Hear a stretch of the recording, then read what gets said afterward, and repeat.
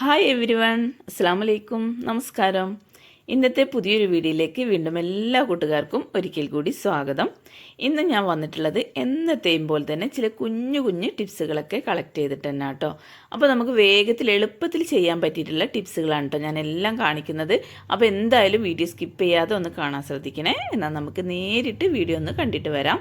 അപ്പോൾ അത് ഫസ്റ്റ് ടിപ്പിനായിട്ട് ഞാൻ നല്ലൊരു ഫേസ് പാക്കാണ് കേട്ടോ കാണിക്കുന്നത്. അപ്പോൾ ഇപ്പം നല്ല തണുപ്പാണല്ലോ, പിന്നെ രാവിലെ ആയാൽ നല്ല തണുപ്പും അതുമാത്രമല്ല നമ്മൾ യാത്രയൊക്കെ കഴിഞ്ഞ് വന്നാൽ ഭയങ്കര വെയിലും ആണല്ലോ. വെയിലേറ്റിട്ട് നമ്മുടെ സ്കിന്നൊക്കെ ഡള്ളായിരിക്കും. അപ്പോൾ നമുക്ക് നല്ലൊരു ബ്രൈറ്റ് കിട്ടാനുള്ള നല്ലൊരു ഫേസ് പാക്ക് തന്നെയാണ് കേട്ടോ അത്.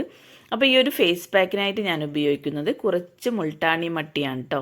ഇതൊരു മണ്ണാണ് കേട്ടോ. മുൾട്ടാണി മട്ടി എന്ന് പറഞ്ഞാൽ എല്ലാവർക്കും അറിയാലോ. കടകളിൽ നിന്നൊക്കെ പാക്കറ്റായിട്ടും ലൂസായിട്ടും ഒക്കെ വാങ്ങിക്കാൻ കിട്ടും കേട്ടോ. വൈദ്യ കടകളിലൊക്കെ ഉണ്ടാവും. മുൾട്ടാണി മട്ടി എന്ന് പറഞ്ഞാൽ ഇതേപോലത്തെ ഒരു മണ്ണ, നല്ല സ്മൂത്ത് ആയിട്ടുള്ളൊരു മണ്ണാണ് കേട്ടോ. അപ്പോൾ നമുക്ക് നമ്മൾ ഫേസിലിടാൻ കണക്കാക്കി നമ്മൾ എത്രത്തോളമാണ് ഉണ്ടാക്കുന്നത്, 1 സ്പൂണോ 2 സ്പൂണോ അത്രയും നമ്മൾ ഒരു പ്ലേറ്റിലേക്ക് ഇട്ട് കൊടുക്കുന്നുണ്ട്. ഇനി നമുക്ക് ഇതൊന്ന് മിക്സ് ചെയ്തെടുക്കാൻ വേണ്ടിയിട്ട് കുറച്ച് പാലാണ് കേട്ടോ വേണ്ടത്. ഒന്നുകിൽ പാലിൽ നമ്മൾ മിക്സ് ചെയ്തെടുക്കാം, അതല്ല പാലിനിപ്പോൾ നിങ്ങളുടെ കയ്യിൽ ഇല്ല എന്നുണ്ടെങ്കിൽ റോസ് വാട്ടറിൽ മിക്സ് ചെയ്തെടുത്താലും മതി കേട്ടോ. അപ്പോൾ ഞാനിത് കുറേശ്ശെ പാലൊഴിച്ചിട്ട് നല്ല രീതിയിൽ തന്നെ ഒന്ന് മിക്സ് ആക്കി എടുക്കുന്നുണ്ട്. നമ്മുടെ ഫേസിൽ ഇടാം പാകത്തിൽ കട്ടിക്ക് തന്നെ ഒന്ന് മിക്സ് ചെയ്തെടുക്കുക കേട്ടോ. ഇപ്പോൾ നല്ല അധികം തിക്കായിട്ട് വേണ്ട, അധികം ലൂസായിട്ടും വേണ്ട. നമ്മുടെ ഫേസിൽ ഇട്ട് കൊടുത്താൽ അവിടെ ഇങ്ങനെ നല്ല ഉറപ്പായിട്ട് നിൽക്കണം. അപ്പോൾ അതിനും വേണ്ടിയിട്ട് നല്ല പാകത്തിൽ തന്നെ പാലൊഴിച്ചിട്ട് ഒന്ന് മിക്സ് ആക്കി എടുക്കാം. എന്നിട്ട് നമ്മൾ ഫേസിൽ നല്ല രീതിയിൽ തന്നെ ഇട്ട് കൊടുക്കുക കേട്ടോ. അപ്പോൾ ഒരു 10 മിനിറ്റെങ്കിലും നമ്മുടെ ഫേസിൽ നല്ലോണം ഇട്ടിട്ട് മസാജ് ചെയ്ത് കൊടുക്കുക കേട്ടോ. 10 മിനിറ്റ്. അപ്പോൾ അത് ഉണങ്ങി കഴിയുന്ന സമയത്ത് നമ്മൾ ഒരിക്കലും സംസാരിക്കാൻ പാടില്ല കേട്ടോ. സംസാരിച്ച് കഴിഞ്ഞാൽ നമ്മുടെ സ്കിന്ന് ഭയങ്കരമായിട്ട് സ്കിന്നിന് ഭയങ്കരമായിട്ട് ചുളിവ് വന്നു പോകും. അപ്പോൾ ഒരിക്കലും നമ്മൾ ഇതിട്ട് കഴിഞ്ഞാൽ സംസാരിക്കാൻ പാടില്ല. പിന്നെ ഫേസിലിടുന്ന സമയത്ത് നെക്കിലും കൂടെ ഇടാനായിട്ട് ശ്രദ്ധിക്കണേ. അപ്പോൾ ഞാൻ ഫേസ് കാണിക്കാത്തത് കൊണ്ടിട്ട് കയ്യിലാണ് ഇട്ട് കാണിക്കുന്നത്. അപ്പോൾ ഒരു 10 മിനിറ്റിന് ശേഷം ഇത് നല്ല രീതിയിൽ തന്നെ ഉണങ്ങിയിട്ടുണ്ട്. ഇനി നമുക്ക് പ്ലെയിൻ വാട്ടറിലൊന്ന് കഴുകി കളയാം കേട്ടോ. കഴുകി കളഞ്ഞതിന് ശേഷം നമ്മുടെ ഫേസിൽ നല്ല രീതിയിൽ തന്നെ എന്തെങ്കിലും ഒരു മോയ്സ്ചറൈസർ അപ്ലൈ ചെയ്ത് കൊടുക്കുക കേട്ടോ. ഇത് മുൾട്ടാണി മട്ടിയാണല്ലോ, അപ്പോൾ നമ്മുടെ ഫേസിന് നല്ലൊരു തിളക്കം ഉണ്ടാവും. അതുമാത്രമല്ല നല്ലൊരു ഗ്ലേസിങ്ങും ഉണ്ടാവും ഇത് ഇടുന്ന സമയത്ത്. ഇത് കിട്ടാനായിട്ട് പറ്റും കേട്ടോ. പിന്നെ നമ്മുടെ മൂക്കിൻ്റെ സൈഡിലുള്ള ബ്ലാക്ക്, അതുപോലെ കണ്ണിൻ്റെ ഈ സൈഡിലുള്ള ബ്ലാക്ക് എല്ലാം നമുക്ക് പോയി കിട്ടാനായിട്ട് പറ്റും ചെയ്യും ഇത്. അപ്പോൾ പെട്ടെന്ന് തന്നെ നമ്മുടെ ഫേസിന് നല്ലൊരു നിറവ്യത്യാസം വന്ന് കാണും കേട്ടോ. അപ്പോൾ എന്തായാലും ഇതേ രീതിയിലൊന്ന് ചെയ്ത് നോക്കുക. ഇത് ചെയ്തതിന് ശേഷം ഏതെങ്കിലും ഒരു മോയ്സ്ചറൈസർ ക്രീം നമ്മളെ മുഖത്ത് അപ്ലൈ ചെയ്ത് കൊടുക്കാനും മറക്കരുത്. അപ്പോൾ എന്തായാലും ഇതൊന്ന് ചെയ്തെടുക്കാൻ നോക്കണേ. ഇനി നമുക്ക് അടുത്ത ടിപ്പ് എന്താണെന്ന് നോക്കാം. അടുത്ത ടിപ്പ്, നമ്മൾ എല്ലാവരും ഫോൺ ഉപയോഗിക്കുന്നവരാണല്ലോ. അപ്പോൾ ഫോണിൻ്റെ കേബിളും കുറേ കഴിയുമ്പം ആ ഒരു ഫോണിൻ്റെ കേബിളിലൊക്കെ ചെളിയും അഴുക്കൊക്കെ പറ്റി പിടിച്ചിട്ടുണ്ടാകും. അതിൻ്റെ നിറം തന്നെ മാറിപ്പോവും. അപ്പോൾ നമുക്ക് ഇടയ്ക്കൊക്കെ ആ ഒരു കേബിൾ ക്ലീൻ ചെയ്യണമെന്നുണ്ടെങ്കിൽ ഇതേപോലെ ഒരു കോട്ടൻ്റെ തുണി എടുക്കുക കേട്ടോ.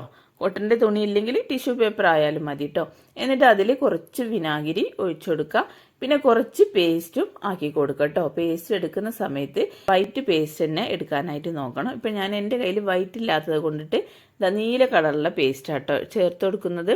അപ്പോൾ ഈ ഒരു വിനാഗിരി ആക്കിയിട്ടുള്ള ഈ ഒരു ഭാഗത്ത് കുറച്ച് പേസ്റ്റും അപ്ലൈ ചെയ്ത് കൊടുത്തിട്ടുണ്ട്. എന്നിട്ട് ഈ ഒരു ചാർജർ നല്ല രീതിയിൽ തന്നെ ഒന്ന് തുടച്ചെടുക്കുക കേട്ടോ.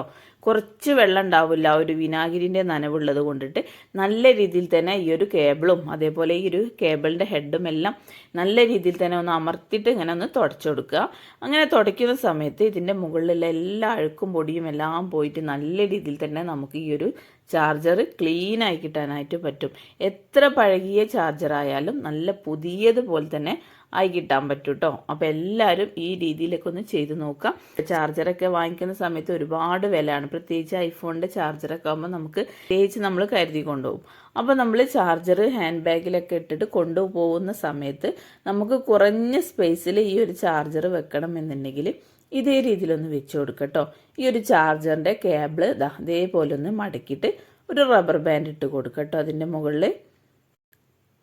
അപ്പോൾ ഇതേ രീതിയിൽ നമ്മൾ റബ്ബർ ബാൻഡ് ഇട്ട് കൊടുക്കുന്ന സമയത്ത് ഈ ഒരു ചാർജർ നല്ല രീതിയിൽ തന്നെ നമ്മുടെ ബാഗിലായാലും അതേപോലെ നമ്മൾ കൊണ്ടുപോകുന്ന എന്തെങ്കിലും ഒരു ബാഗിലോ കവറിലോ കീസിലോ ഒക്കെ നമുക്ക് കുഞ്ഞു സ്ഥലത്ത് നമുക്ക് ഈ ഒരു ചാർജർ കൊണ്ടുപോകാനായിട്ട് പറ്റും. ഇതേ രീതിയിൽ കൊണ്ടുപോകുന്ന സമയത്ത് കേട്ടോ.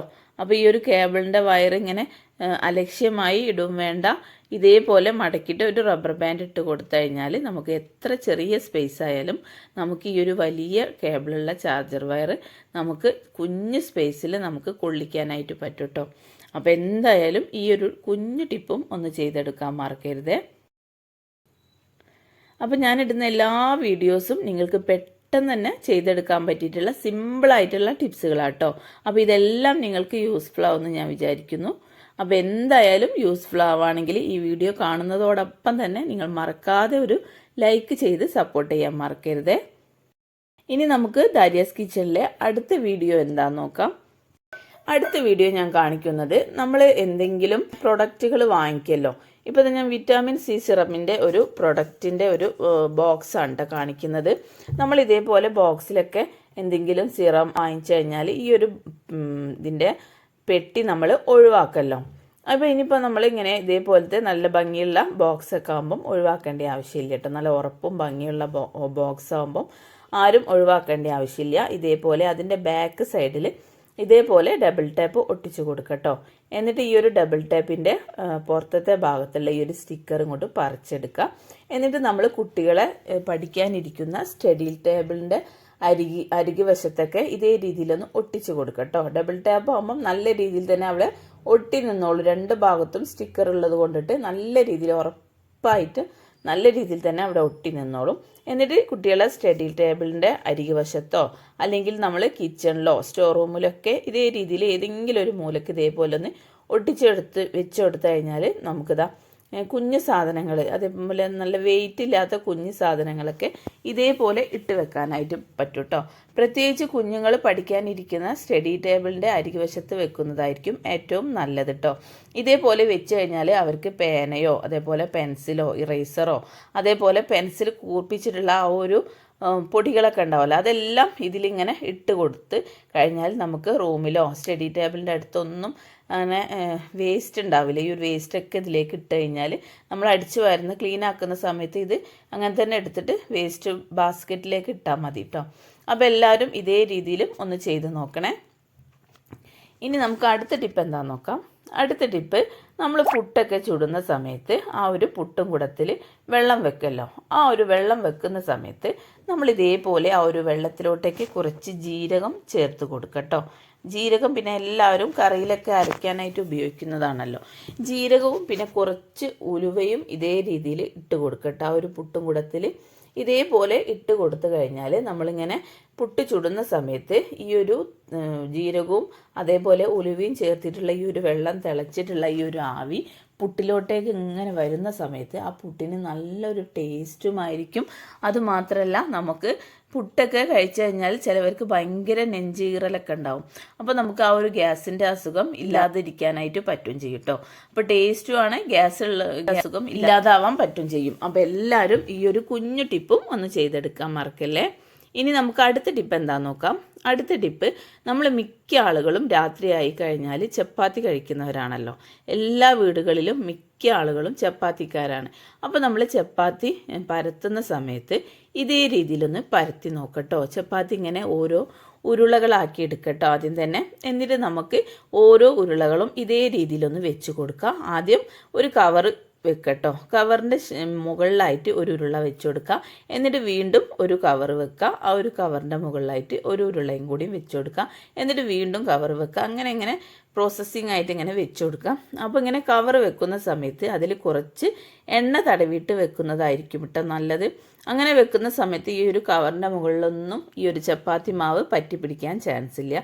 ഓവറായിട്ട് എണ്ണ പുരട്ടി കൊടുക്കേണ്ട ആവശ്യമില്ല കേട്ടോ. വളരെ കുറച്ച് മാത്രം പുരട്ടി കൊടുത്താൽ മതി. എന്താണെന്ന് വെച്ചാൽ നമ്മളിങ്ങനെ പരത്തുന്ന സമയത്ത് കൂടുതലായി കഴിഞ്ഞാൽ നമുക്ക് പരത്താനൊക്കെ പ്രയാസമായിരിക്കും.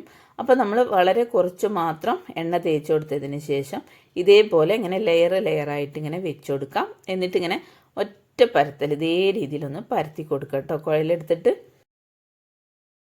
ഇതേ രീതിയിൽ നല്ല റൗണ്ട് ഷേപ്പിൽ നമ്മൾ പരത്തിയെടുക്കുന്ന സമയത്ത് നമുക്ക് ഒറ്റ ട്രിപ്പിൽ നമുക്ക് 4-5 ചപ്പാത്തി പരത്തിയെടുക്കാനായിട്ട് പറ്റും കേട്ടോ. ഇതേ രീതിയിൽ നമ്മൾ ചെയ്യുന്ന സമയത്ത് അപ്പം നമുക്ക് വേഗത്തിൽ തന്നെ നമുക്ക് ആ ജോലി ചെയ്തെടുക്കാനായിട്ട് പറ്റും. മിക്ക ആളുകളും രാത്രി ചപ്പാത്തി കഴിക്കുന്നവരാണ്. അപ്പോൾ എന്തായാലും നമുക്ക് ചപ്പാത്തി ഉണ്ടാക്കേണ്ടി വരും.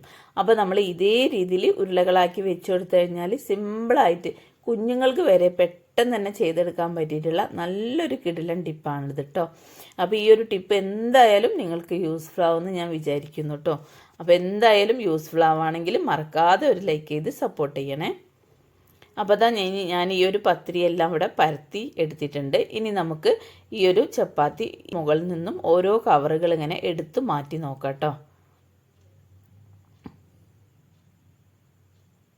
അപ്പോൾ ഇതാ കണ്ടില്ലേ, ഈ ചപ്പാത്തി നല്ല രീതിയിൽ തന്നെ പരത്താനായിട്ട് പറ്റിയിട്ടുണ്ട്. അപ്പോൾ നമ്മൾ മെഴുക്കാക്കി കൊടുക്കുന്നത് കൊണ്ടിട്ട് തന്നെ ഈ കവറിൻ്റെ മുകളിലൊന്നും പറ്റി പിടിച്ചിട്ടൊന്നുമില്ല. വേഗത്തിൽ തന്നെ ഇങ്ങനെ എടുത്ത് പറിച്ചെടുക്കാനായിട്ട് പറ്റും കേട്ടോ. അപ്പോൾ അതാ ഓരോ കവറും ഇതേ രീതിയിൽ എടുത്തിട്ട് ഓരോ ചപ്പാത്തി എടുത്തിട്ട് ഇങ്ങനെ നമുക്ക് വേഗത്തിൽ തന്നെ ചുട്ടെടുക്കാനായിട്ട് പറ്റും കേട്ടോ. അപ്പോൾ എന്തായാലും ഈ ഒരു ടിപ്പൊന്ന് നിങ്ങൾ ചെയ്ത് നോക്കാൻ മറക്കരുതേ. അപ്പോൾ ഒറ്റ ട്രിപ്പിൽ നമുക്ക് 5-6 ചപ്പാത്തി ഉണ്ടാക്കി പരത്തി എടുക്കാനായിട്ട് പറ്റും കേട്ടോ. അപ്പോൾ എന്തായാലും ഈ ഒരു ടിപ്പ് ചെയ്തെടുക്കാൻ മറക്കരുതേ. ലൈക്ക് ചെയ്യാൻ മറക്കരുത്. നിങ്ങളുടെ ഓരോ കമൻറ്റും ലൈക്കും എല്ലാം കാണുമ്പോഴാണ് എനിക്ക് വീണ്ടും വീഡിയോ ഇടാനുള്ള ഒരു പ്രചോദനം കൂടിയാകുന്നത് കേട്ടോ. അപ്പോൾ എന്തായാലും വീഡിയോക്ക് ലൈക്കും ചെയ്യുക, കമൻറ്റും ഇടാൻ മറക്കരുത്. അപ്പോൾ ഇതൊക്കെയാണ് ഇന്നത്തെ എൻ്റെ കുഞ്ഞു ടിപ്സുകൾ. ഇതിലേതെങ്കിലും ഒരെണ്ണമെങ്കിലും നിങ്ങൾക്ക് യൂസ്ഫുൾ ആവുമെന്ന് ഞാൻ വിചാരിക്കുന്നു. യൂസ്ഫുൾ ആവുകയാണെങ്കിൽ എന്നും പറയുന്നത് പോലെ ഫ്രണ്ട്സ് ആൻഡ് ഫാമിലിക്കൊക്കെ ഒന്ന് ഷെയർ ചെയ്ത് കൊടുക്കുക. പിന്നെ മറക്കാതെ ഒരു ലൈക്കും കൂടെ ചെയ്ത് സപ്പോർട്ടും കൂടെ ചെയ്യണേ.